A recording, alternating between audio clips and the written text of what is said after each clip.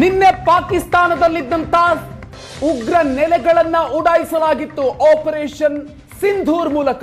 ಆದರೆ ಇವತ್ತು ಪಾಕಿಸ್ತಾನದ ಸೇನಾ ನೆಲೆಗಳನ್ನೇ ಫಿನಿಶ್ ಮಾಡಲಾಗ್ತಾ ಇದೆ.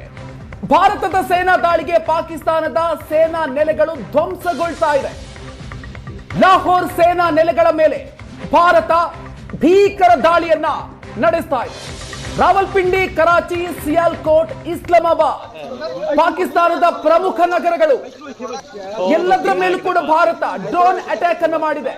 ರಾವಲ್ಪಿಂಡಿಯ ಮೇಲೂ ಕೂಡ ಪಾಕಿಸ್ತಾನದ ಪ್ರಮುಖ ಸೇನೆಯ ರಾಜಧಾನಿ ಅಂತಾನೆ ಕರೆಯುವಂತ ರಾವಲ್ಪಿಂಡಿಯ ಮೇಲೂ ಕೂಡ ಅಟ್ಯಾಕ್ ಆಗಿದೆ.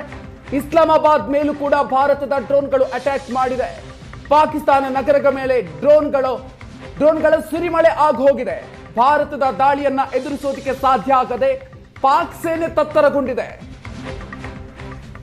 ಮತ್ತಷ್ಟು ಡೀಟೇಲ್ಸ್ ನೀಡ್ತಾರೆ ನಮ್ಮ ಪ್ರತಿನಿಧಿ ಶಶಿ. ನಿನ್ನೆ ಪಾಕಿಸ್ತಾನದ ಉಗ್ರರ ನೆಲೆಗಳನ್ನ ಗುರಿಯಾಗಿಸಿಕೊಳ್ಳಲಾಗಿತ್ತು. ಆದ್ರೆ ಇವತ್ತು ನಡೆದಿರೋದು ಪಾಕಿಸ್ತಾನದ ಸೇನಾ ನೆಲೆಗಳನ್ನೇ ಗುರಿ ಮಾಡಿಕೊಂಡು ಅಟ್ಯಾಕ್ ಮಾಡಿರೋದು. ಮಧುಕರ್, ಪಾಕಿಸ್ತಾನದ ಹಲವು ಸೇನಾ ನೆಲೆಗಳನ್ನು ಗುರಿಯಾಗಿಸಿಕೊಂಡು ಭಾರತದ ವಾಯುಪಡೆ ದಾಳಿ ಮಾಡಿದೆ ಅನ್ನುವಂತಹ ಮಾಹಿತಿ ಈಗಷ್ಟೇ ಬರ್ತಾ ಇದೆ. ಮೊದಲಿಗೆ ಲಾಹೋರ್ ಮತ್ತು ಸಿಯಾಲ್ಕೋಟ್ ಅಷ್ಟನ್ನೇ ಗುರಿಯಾಗಿಸಿಕೊಂಡು ದಾಳಿ ಮಾಡಲಾಗಿತ್ತು ಅಂತ ಇನಿಷಿಯಲ್ ರಿಪೋರ್ಟ್ಸ್ಗಳು ಹೇಳ್ತಾ ಇದ್ವು.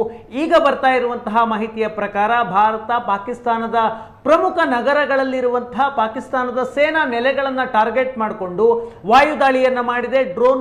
ಡ್ರೋನ್ ಮತ್ತು ಮಿಸೈಲ್ಗಳನ್ನು ಬಳಸಿಕೊಂಡು ದಾಳಿ ಮಾಡಲಾಗಿದೆ ಅನ್ನುವಂತಹ ಮಾಹಿತಿ ಬರ್ತಾ ಇದೆ. ಒಂದು, ಪಾಕಿಸ್ತಾನದ ರಾಜಧಾನಿ ಇಸ್ಲಾಮಾಬಾದ್ನಲ್ಲಿ ಪಾಕಿಸ್ತಾನದ ಇಂಟೆಲಿಜೆನ್ಸ್ ಸರ್ವಿಸ್ ನ ಕಚೇರಿ ಇದೆ, ISI ನ ಕಚೇರಿ ಇದೆ, ಇಂಟರ್ ಸರ್ವಿಸ್ ಇಂಟೆಲಿಜೆನ್ಸ್ ನ ಪ್ರಮುಖ ಕಚೇರಿ ಆಗಿದೆ. ಹಾಗಾಗಿ ಪಾಕಿಸ್ತಾನದ ರಾಜಧಾನಿಯನ್ನ ಟಾರ್ಗೆಟ್ ಮಾಡಿಕೊಂಡು ಅಲ್ಲಿನ ಸೇನಾ ನೆಲೆಗಳನ್ನು ಟಾರ್ಗೆಟ್ ಮಾಡಿದೆ. ಮತ್ತೊಂದು, ರಾವಲ್ಪಿಂಡಿ, ಪಾಕಿಸ್ತಾನದ ಸೇನೆಯ ಹೆಡ್ ಆಫೀಸ್ ಇರೋದೇ ರಾವಲ್ಪಿಂಡಿಯಲ್ಲಿ. ಪಾಕಿಸ್ತಾನದ ಆಡಳಿತ, ಸಿವಿಲಿಯನ್ ಆಡಳಿತ ಇಸ್ಲಾಮಾಬಾದ್ನಿಂದ ಕಂಟ್ರೋಲ್ ಆದರೆ ಪಾಕಿಸ್ತಾನದ ಮಿಲಿಟರಿ ಶಕ್ತಿ ಎಲ್ಲವೂ ಅಡಗಿರೋದು ರಾವಲ್ಪಿಂಡಿಯಲ್ಲಿ. ಹಾಗಾಗಿ ಏನೇ ಭಾರತದ ಮೇಲೆ ದಾಳಿ ಡಿಸೈಡ್ ಆದರೂ ಅದಾಗೋದು ಇಸ್ಲಾಮಾಬಾದ್ನಿಂದ ಅಲ್ಲ, ರಾವಲ್ಪಿಂಡಿಯಿಂದ ಆಗುತ್ತೆ. ಪಾಕಿಸ್ತಾನದಲ್ಲಿ ಸರ್ಕಾರಕ್ಕೆ ಎಷ್ಟರ ಮಟ್ಟಿಗೆ ಅಧಿಕಾರ ಇದೆ ಅನ್ನೋದು ಎಲ್ಲರಿಗೂ ಗೊತ್ತು. ಹಾಗಾಗಿ ಅಲ್ಲಿನ ಸೇನೆಯೇ ಪ್ರಮುಖ ನಿರ್ಧಾರಗಳನ್ನು ತೆಗೆದುಕೊಳ್ಳುತ್ತೆ.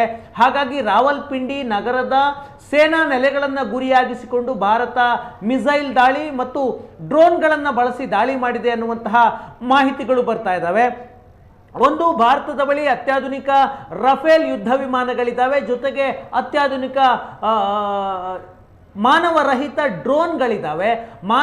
ಮಾನವರಹಿತ ಡ್ರೋನ್ಗಳನ್ನು ಪಾಕಿಸ್ತಾನದ ವಾಯು ಪ್ರದೇಶದಲ್ಲಿ ಅತ್ಯಂತ ಹೈ ಆಲ್ಟಿಟ್ಯೂಡ್ನಲ್ಲಿ ಆರಿಸಿ ಆ ಮೂಲಕ ದಾಳಿ ಮಾಡುವಂತಹ ಒಂದು ಪ್ರಯತ್ನ ಆಗಿದೆ. ಜೊತೆಗೆ ಭಾರತದ ವಾಯು ಪ್ರದೇಶದಲ್ಲಿ ಇದ್ದುಕೊಂಡೇ ರಫೇಲ್ ವಿಮಾನಗಳು ಖಚಿತವಾಗಿ ಇಸ್ಲಾಮಾಬಾದ್ ಮತ್ತು ರಾವಲ್ಪಿಂಡಿ, ಲಾಹೋರ್ ಮತ್ತು ಸಿಯಾಲ್ಕೋಟ್ನ ನಗರಗಳ ಸೇನಾ ನೆಲೆಗಳನ್ನು ಗುರಿಯಾಗಿಸಿಕೊಂಡು ದಾಳಿ ಮಾಡಿದೆ.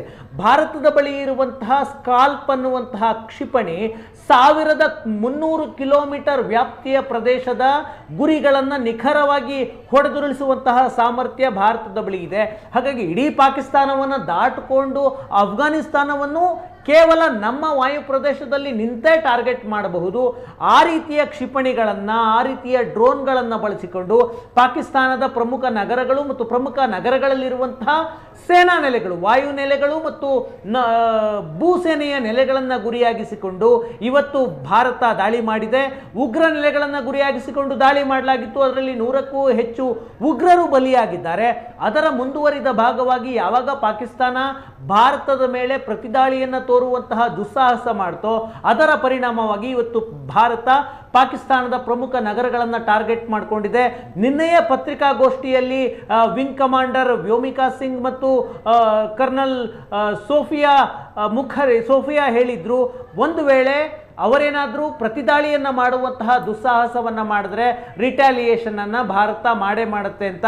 ಇವತ್ತು ಸರ್ವಪಕ್ಷ ಸಭೆಯಲ್ಲೂ ಕೂಡ ರಾಜನಾಥ್ ಸಿಂಗ್ ವಿಪಕ್ಷಗಳಿಗೆ ಮಾಹಿತಿಯನ್ನು ಕೊಟ್ಟರು. ಭಾರತ ತೆಗೆದುಕೊಂಡಿರುವಂತಹ ಆಪರೇಷನ್ ಸಿಂಧೂರ ಕಾರ್ಯಾಚರಣೆ ಯಾವುದೇ ಕಾರಣಕ್ಕೂ ಮುಗಿದಿಲ್ಲ, ಇನ್ನೂ ಜಾರಿಯಲ್ಲಿದೆ ಅಂತ ಹೇಳ್ತು.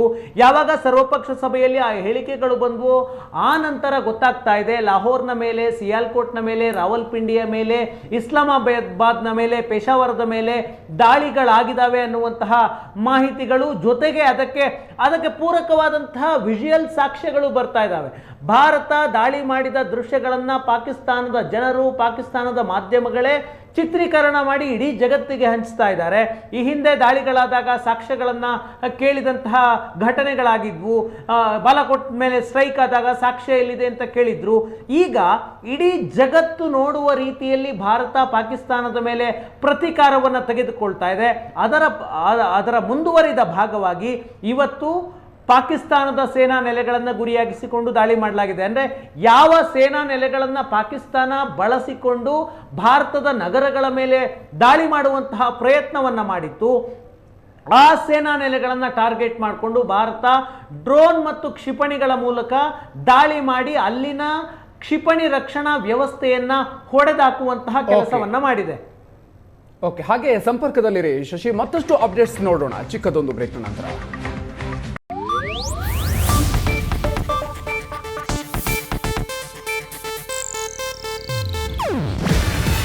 ಇದು ಏಷ್ಯಾನೆಟ್ ನ್ಯೂಸ್ ನೆಟ್ವರ್ಕ್ ಪ್ರಸ್ತುತಿ. ನೀವು ನೋಡ್ತಿದ್ದೀರಾ ಏಷ್ಯಾನೆಟ್ ಸುವರ್ಣ ನ್ಯೂಸ್.